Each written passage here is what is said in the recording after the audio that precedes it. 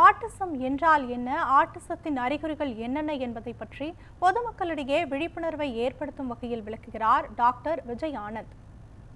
Autism சமீப காலமாக அதிகரிச்சுட்டு வருது. எல்லா சோஷியல் சர்வீஸ் ஆர்கனைசேஷனுமே ஈவன் கவர்மெண்ட்ஸுமே நிறைய ஒரு பாயிண்ட் ஆஃப் டிஸ்கஷன் பார்த்தீங்கன்னாக்கா, prevent autism, is it possible? Yes, it is possible.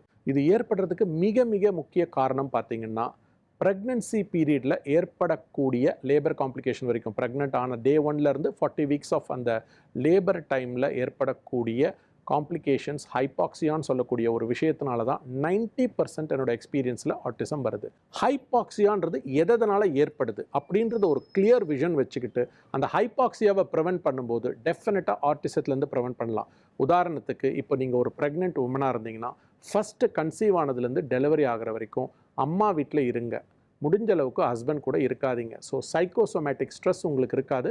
அம்மா கிட்டேருந்து ஒரு லவ் அண்ட் அஃபெக்ஷன் கேர் கிடைக்கும். செகண்டு, ஃபர்ஸ்ட் ட்ரைமஸ்டரில் அயன் டேப்லெட் தேவைப்பட்டதுன்னா மறக்காமல் அதை எடுங்க. அயன் டேப்லெட் எடுக்கிறதுனால குழந்தை கருப்பாக பிறக்கணும் சில பேர் எடுக்காமல் இருக்காங்க. அந்த தவறுதலை பண்ணாதீங்க. ஜெனட்டிக்கலாக உங்கள் ஃபேமிலியில் யாருக்காவது ப்ராப்ளம் ஆட்டிசம் இருந்தால் செகண்ட் ட்ரைமஸ்டரில் 5th மந்தில் anomaly scan, double marker, triple marker, சில ஸ்கேனிங் ப்ரொசீஜர் மூலமாக உங்கள் குழந்தையோட ஆர்கன் டெவலப்மெண்ட் எப்படி இருக்குன்றதை கிராஸ் வேலிடேட் பண்ணிக்கோங்க. லாஸ்ட் ட்ரைமஸ்டர் ரொம்ப ரொம்ப குரூஷியல். குழந்தை அம்மா வயிற்றில் இருக்கும்போது உங்களுடைய அசைவுகள், குழந்தையோட அசைவுகள் இருக்கான்ற ஒரு அம்மாவாக நீங்கள் உணர்ந்துட்டுருங்க. எப்பயாவது அசைவுகள் இல்லைன்னா வயிற்றில் பெல்ட் கட்டி குழந்தையோட ஹார்ட் ரேட்டை செக் பண்ணுங்கள். சில நேரங்களில் அம்பிலிக்கல் கார்ட் கம்ப்ரெஷன்னால் ஹைபாக்சியா ஏற்பட்டு ஹார்ட் ரேட் குறையும் போது அந்த காம்ப்ளிகேஷன்ஸ் வரலாம். அதை நம்ம ப்ரிவென்ட் பண்ணலாம்.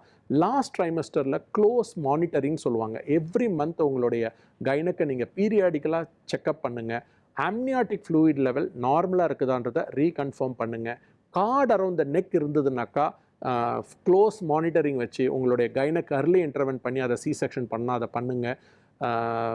அதை தவிர்த்து low lying placenta, high risk pregnancy அந்த மாதிரி இருக்கும்போது அப்சல்யூட் ரெஸ்ட் எடுங்க. பிளாசண்டல் ரப்சர் ஆகி ப்ளீட் ஆகி சில நேரங்களில் டிஸ்கனெக்ட் ஆகி ஹைபாக்சியா ஏற்படலாம்.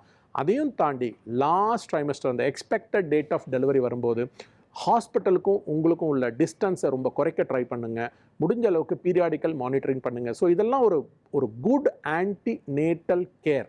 இந்த நல்ல ஒரு ஆன்டிநேட்டல் கேர் கிடைக்கும்போது கண்டிப்பாக ஆட்டிசத்துடைய தாக்கத்திலிருந்து நம்ம விடுபட முடியும். So prevent autism, that is the best way. இன்றைக்கி சமீப காலமாக ஆட்டிசத்துடைய தாக்கம் அதிகரிச்சிட்ருக்கு. நிறைய சோஷியல் சர்வீஸ் ஆர்கனைசேஷன் இந்த பாயிண்ட்டை பொதுமக்களுக்கு நிறைய எடுத்துகிட்டு போகும்போது அவேர்னஸ் வரும். இந்த அவேர்னஸ் வந்துச்சுன்னா கண்டிப்பாக நம்மளால் ஆட்டிசத்தை ப்ரிவென்ட் பண்ண முடியும். So prevent autism is the best way to find the solution.